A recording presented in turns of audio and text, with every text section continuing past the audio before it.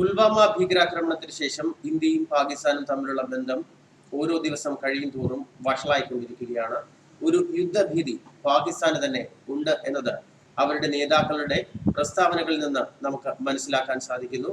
ഇപ്പോൾ പാകിസ്ഥാൻ മുൻ പ്രസിഡന്റ് പർവേസ് മുഷറഫ് ഒരു പ്രസ്താവന നടത്തിയിരിക്കുകയാണ്. അതായത് പാകിസ്ഥാൻ ഒരു ബോംബിട്ടാൽ ഇന്ത്യ 20 ബോംബിട്ട് പാകിസ്ഥാനെ ഇല്ലാതാക്കും എന്നാണ് ഇപ്പോൾ പർവേസ് മുഷറഫ് പറയുന്നത്. ഒരു യുദ്ധഭീതി നിലനിൽക്കുന്നത് കൊണ്ട് മാത്രമാണ് അവർ ഇത്തരത്തിൽ ഒരു പ്രസ്താവന നടത്തുന്നത്.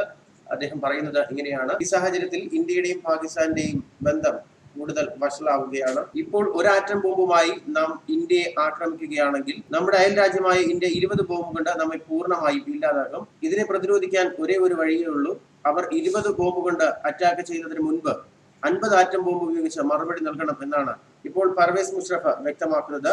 കറാച്ചി കേന്ദ്രമായി പ്രവർത്തിക്കുന്ന ഒരു ന്യൂസ് പേപ്പറിലാണ് അദ്ദേഹം ഇത്തരത്തിലൊരു പരാമർശം നടത്തിയത്. പുൽവാമയിൽ 40 CRPF ജവാന്മാർ കൊല്ലപ്പെട്ടതിന്റെ പ്രതികാര നടപടി എന്നോണമാണ്. പുൽവാമ ഭീകരാക്രമണത്തിന് ശേഷമാണ് ഇന്ത്യയും പാകിസ്ഥാനും തമ്മിലുള്ള ബന്ധം കൂടുതൽ വഷളായത്. ജെയ്ഷെ മുഹമ്മദിനെ ആക്രമണത്തിന്റെ നേതൃത്വം ജെയ്ഷെ മുഹമ്മദ് ഏറ്റെടുത്തിരുന്നു. പാകിസ്ഥാൻ കേന്ദ്രമായി പ്രവർത്തിക്കുന്ന ഒരു ഭീകര സംഘടനയാണ് ജെയ്ഷെ മുഹമ്മദ്. അതേസമയം ഭീകരാക്രമണത്തിൽ ഇന്ത്യയെ പഴിചാരി കഴിഞ്ഞ ദിവസം പാകിസ്ഥാൻ രംഗത്തെത്തിയിരുന്നു. ഇന്ത്യൻ സേനയുടെ സുരക്ഷാ വീഴ്ചയാണ് ചാവേർ ആക്രമണത്തിന് ഇടയാക്കിയെന്നായിരുന്നു പാകിസ്ഥാൻ ജനറൽ ആസിഫ് ഗഫൂർ ആരോപിച്ചത്. നിയന്ത്രണ രേഖയിൽ നിന്ന് ഏറെ അകലെയാണ് ആക്രമണം നടന്നത്.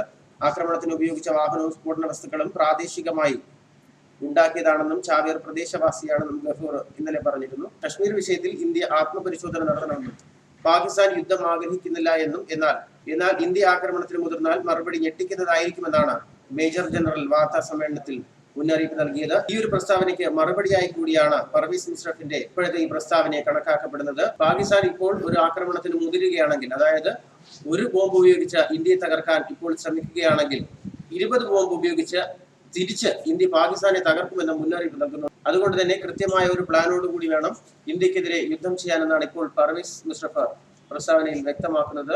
യുദ്ധപ്പേടി പാകിസ്ഥാനെ ഇപ്പോൾ മൊത്തത്തിൽ അലട്ടുകയാണ്. ഏത് നിമിഷവും ഇന്ത്യയുടെ ഭാഗത്തു നിന്നും ഒരു യുദ്ധം പ്രതീക്ഷിച്ചാണ് പാകിസ്ഥാൻ ഇപ്പോഴുള്ളത്. അതുകൊണ്ട് തന്നെയാണ് നേതാക്കൾ ഇത്തരത്തിൽ പ്രസ്താവന നടത്തുന്നതും. കശ്മീർ വിഷയത്തിൽ ഇന്ത്യ ആത്മപരിശോധന നടത്തണമെന്നും പാകിസ്ഥാൻ യുദ്ധം ആഗ്രഹിക്കുന്നില്ല എന്നുമാണ് ഇന്നലെ പാകിസ്ഥാൻ മേജർ ജനറൽ ഗഫൂർ പറഞ്ഞത്. മതിയായ അന്വേഷണം ഇല്ലാതെയാണ് ആക്രമണത്തിൽ പാകിസ്ഥാനെ പഴിചാരുന്നതെന്നും ഗഫൂർ കുറ്റപ്പെടുത്തിയിരുന്നു. രാജ്യാന്തര സമ്മർദ്ദം ശക്തമാകുന്നതിനിടെ ഭീകര സംഘടനയായ ജെയ്ഷെ മുഹമ്മദിനെതിരെ നടപടിയെടുത്തു എന്ന അവകാശവാദവുമായി പാകിസ്ഥാൻ കഴിഞ്ഞ ദിവസം രംഗത്ത് വന്നിരുന്നു. എന്നാൽ ഇതുകൊണ്ടൊന്നും തീരുന്നില്ല എന്നാണ് ഇന്ത്യയുടെ നടപടികളിൽ നിന്ന് വ്യക്തമാകുന്നത്. ഭീകരരെ പൂർണ്ണമായി ഒഴിപ്പിക്കാനുള്ള നടപടികൾ പാകിസ്ഥാന്റെ ഭാഗത്തുനിന്നുണ്ടായാൽ മാത്രമേ യുദ്ധം ഒഴിവാക്കാൻ സാധിക്കുകയുള്ളൂ.